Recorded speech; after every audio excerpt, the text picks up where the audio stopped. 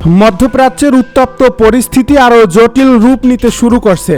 সাম্প্রতিক সামরিক উত্তেজনার ধারাবাহিকতায় এবার জর্ডানে অবস্থিত গুরুত্বপূর্ণ মার্কিন সামরিক স্থাপনাগুলোকে লক্ষ্য করে ব্যাপক ক্ষেপণাস্ত্র হামলার দাবি করছে ইরানের ইসলামিক রেভলিউশনারি গার্ড কর্পস বা আইআরজিসি। ইরানের দাবি অনুযায়ী এই হামলায় শত্রুপক্ষের গুরুত্বপূর্ণ সামরিক অবকাঠামো এবং একাধিক যুদ্ধবিমান মারাত্মকভাবে ক্ষতিগ্রস্ত হয়েছে। যদিও এসব দাবির স্বাধীনভাবে যাচাইযোগ্য কোনো প্রমাণ এখনও প্রকাশ করা হয়নি, তবুও ঘটনাটি নিয়ে গোটা মধ্যপ্রাচ্য জুড়ে শুরু হয়েছে ব্যাপক আলোচনা ও উদ্বেগ। ইরানি সামরিক সূত্রের ভাষ্য অনুযায়ী দীর্ঘদিন ধরে আঞ্চলিক সংঘাতে মার্কিন বাহিনীকে সহায়তা করে আসা বিভিন্ন ঘাঁটির বিরুদ্ধে এবার সরাসরি পদক্ষেপ নেওয়া হয়েছে। বিশেষ করে জর্ডানের আল আজরাক অঞ্চলে অবস্থিত গুরুত্বপূর্ণ বিমান ঘাঁটিকে লক্ষ্যবস্তু করা হয়েছে বলে দাবি করা হয়েছে। এই ঘাঁটিকে মধ্যপ্রাচ্যে মার্কিন সামরিক কার্যক্রমের অন্যতম গুরুত্বপূর্ণ কেন্দ্র হিসেবে বিবেচনা করা হয়। এখান থেকে বিভিন্ন সামরিক অভিযান পরিচালনা করা হয় এবং উন্নত প্রযুক্তির যুদ্ধবিমান মোতায়েন রাখা হয়। আইআরজিসির এক বিবৃতিতে বলা হয়েছে, তাদের অ্যারোস্পেস ফোর্স নির্ভুল লক্ষ্যভেদী ব্যালিস্টিক ক্ষেপণাস্ত্র ব্যবহার করে মার্কিন বাহিনীর বিভিন্ন সামরিক স্থাপনার উপর আঘাত এনেছে। এই হামলার লক্ষ্যবস্তু ছিল বিমান ঘাঁটির অবকাঠামো, কমান্ডো ও কন্ট্রোল সুবিধা এবং যুদ্ধবিমান সংরক্ষণের জন্য ব্যবহৃত গুরুত্বপূর্ণ স্থাপনা। ইরানের দাবি, হামলার ফলে ঘাঁটির কার্যক্রম ব্যাপকভাবে ব্যাহত হয়েছে এবং একাধিক উচ্চ মূল্যের সামরিক সম্পদের ক্ষতি হয়েছে। সামরিক বিশ্লেষকদের মতে, যদি ইরানের দাবি সত্য প্রমাণিত হয় তাহলে এটি হবে সাম্প্রতিক সময়ের অন্যতম গুরুত্বপূর্ণ সামরিক আঘাত, কারণ জর্ডানে অবস্থিত এই ঘাঁটিতে মার্কিন বাহিনীর আধুনিক যুদ্ধবিমান মোতায়েন থাকার খবর দীর্ঘদিন ধরেই বিভিন্ন আন্তর্জাতিক প্রতিরক্ষা প্রতিবেদন উঠে এসেছে। বিশেষ করে পঞ্চম প্রজন্মের যুদ্ধবিমান এবং বিভিন্ন গোয়েন্দা ও নজরদারি প্ল্যাটফর্ম এই অঞ্চলে মার্কিন সামরিক উপস্থিতিকে শক্তিশালী করে তুলছে। এই হামলার পরপরই সামাজিক যোগাযোগ মাধ্যম এবং বিভিন্ন আঞ্চলিক সংবাদ মাধ্যমে বিস্ফোরণের শব্দ, আগুনের শিখা এবং আকাশে ধোঁয়ার কুণ্ডলী দেখা যাওয়ার দাবি নিয়ে নানা ধরনের তথ্য ছড়িয়ে পড়ে। তবে এসব ভিডিও বা ছবির সত্যতা স্বাধীনভাবে যাচাই করা সম্ভব হয়নি। মার্কিন প্রতিরক্ষা দপ্তর কিংবা জর্ডানের সামরিক কর্তৃপক্ষ তাৎক্ষণিকভাবে বড় ধরনের ক্ষয়ক্ষতির বিষয়টি নিশ্চিত করেনি।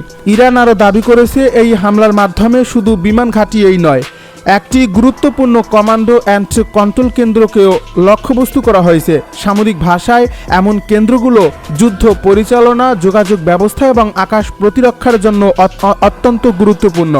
এর ফলে এসব স্থাপনা ক্ষতিগ্রস্ত হলে সামরিক কার্যক্রমে বড় ধরনের প্রভাব পড়তে পারে।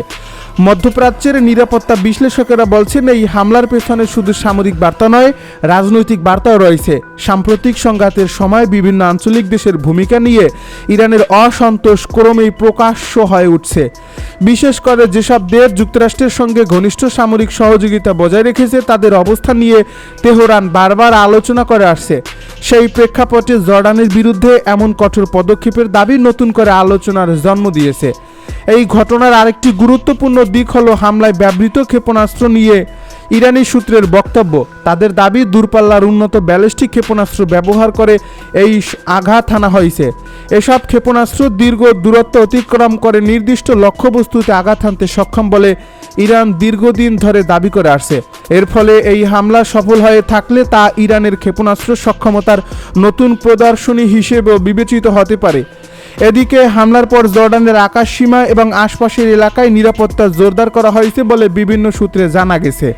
আঞ্চলিক পর্যবেক্ষকেরা বলছেন, পরিস্থিতি আরও অবনতির দিকে গেলে মধ্যপ্রাচ্যের বিভিন্ন দেশে সামরিক সতর্কতা বৃদ্ধি পেতে পারে, কারণ এই অঞ্চলের যে কোনো সংঘাত খুব দ্রুত একাধিক দেশে ছড়িয়ে পড়ার ঝুঁকি বহন করে।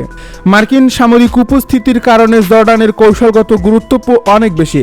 দেশটির বিভিন্ন সামরিক স্থাপনা দীর্ঘদিন ধরে আঞ্চলিক নিরাপত্তা কার্যক্রমে গুরুত্বপূর্ণ ভূমিকা পালন করে আসছে।